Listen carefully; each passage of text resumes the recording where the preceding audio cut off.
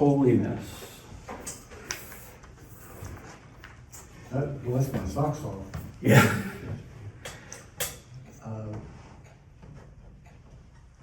I never realized, I never really thought of being ritually pure to enter, but how the Spirit of God and Jesus turned that around to where as He touches and as the Spirit indwells us, Yeah.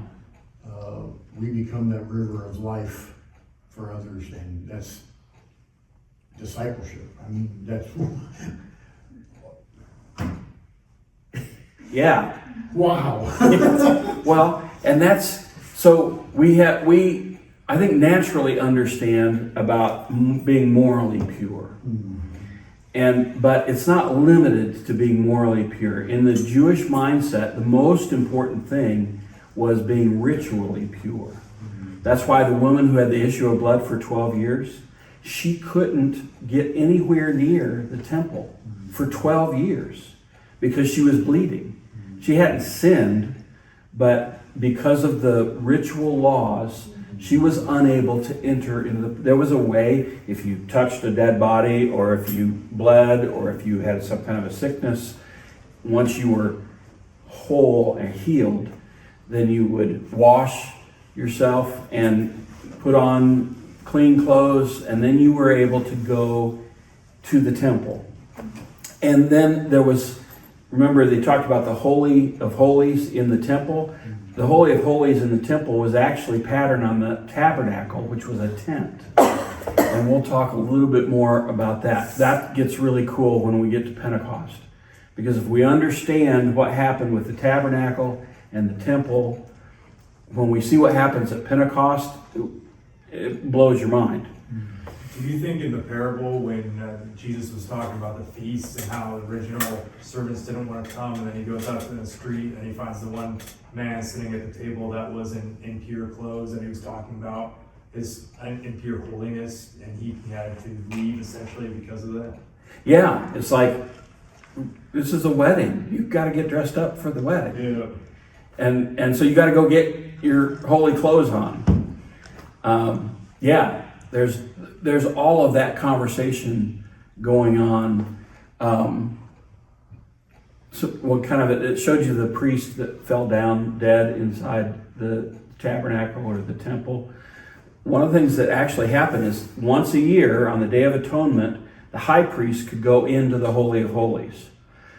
But they would tie a rope around his ankle and they would put bells on him. And if they heard the bells stop jingling, and he was in there for a long time, they would take the rope and pull him out because he must have died. Okay? That was how serious this ritual purity was. Isaiah then, we talked a little bit about Isaiah. He sees God high and lifted up in the year that King Uzziah died.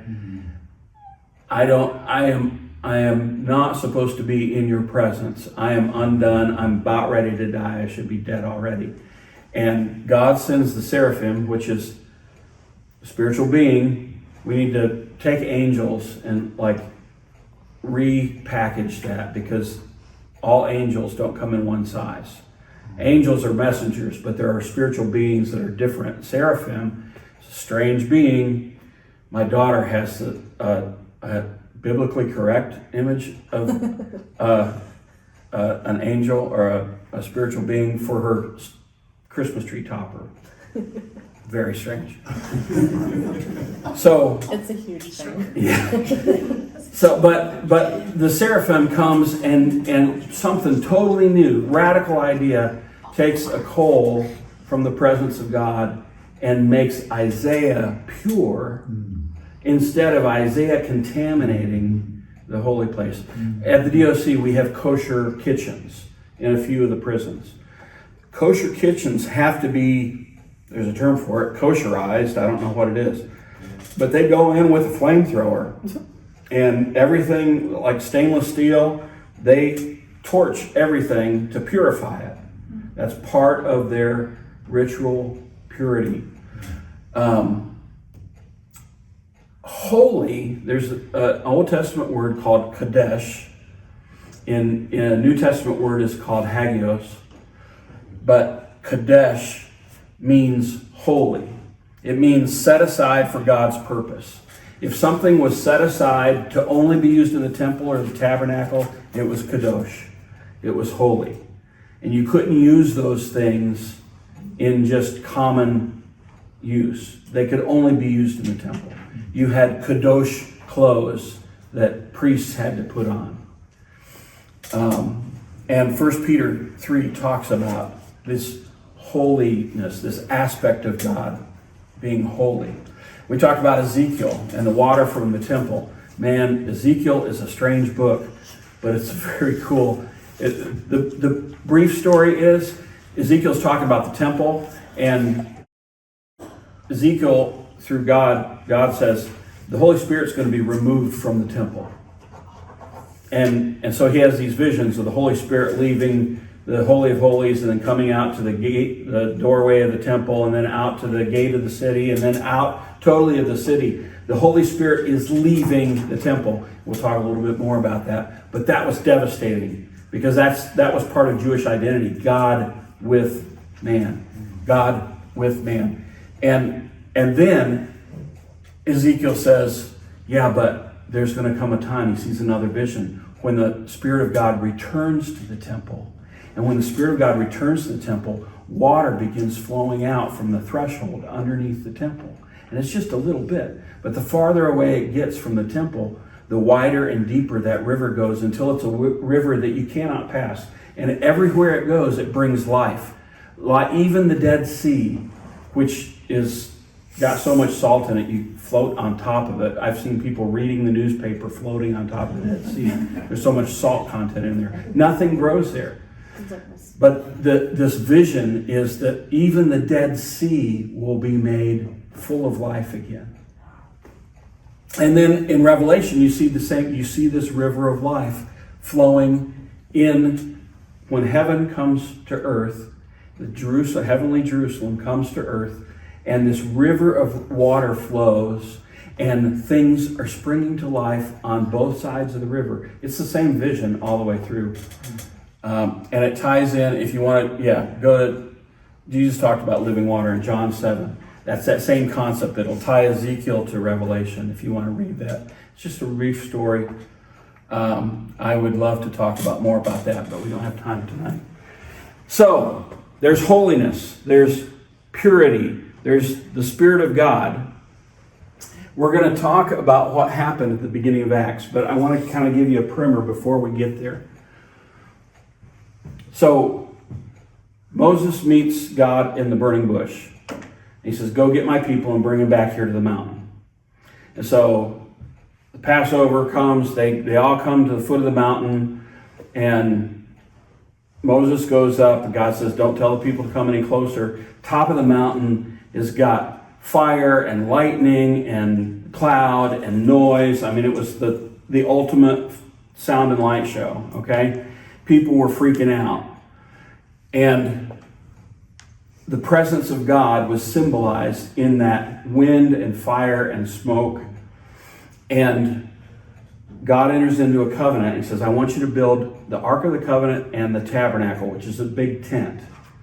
And these are the things how I want you to build it, because it's patterned after what is going on in heaven. And then the presence of God. Remember the pillar of fire and smoke that led people out of Egypt? That was the presence of God. And so what happens when they build the tabernacle and the ark, the presence of God then resides over the ark. And so you have this pillar of fire that lights during the night and leads them by cloud during the day. It's the presence of God, God dwelling with his people. And so then when they get to the promised land and they build the temple, David says, God's just got a tent. I've got this cool palace. This is not right. We need to build a temple for God. And God says, why are you building me a temple? Okay, but he honored his request. You're not going to build it. but I'll let Solomon build it. So the temple was built on the pattern of the tabernacle, and the ark, and some people think the whole tabernacle was moved into the Holy of Holies. And the presence of God was in the Holy of Holies, and that's where we find Isaiah. But at some point, the presence of God leaves the Holy of Holies, and by the time the Babylonians come, there's not even, the ark is no longer there. The ark has been removed. And there is no presence of the Holy Spirit there. And everyone's freaking out. God's no longer with us. The God with us is gone. But when Jesus came, Emmanuel, God with us, the glory of God was returned to Israel. Some people do it, some people didn't. So just remember, the fire and the smoke and the wind has been this symbol to Jewish people of the presence of God living with his people. And it started by coming to the tabernacle, which was a tent. And every time the Spirit of God moved, they picked up the tabernacle and they followed the cloud. And then when the Spirit of God stopped, they pitched the tabernacle down where God's Spirit rested on the tabernacle. You need to have that background in your mind to understand what's happening with Pentecost.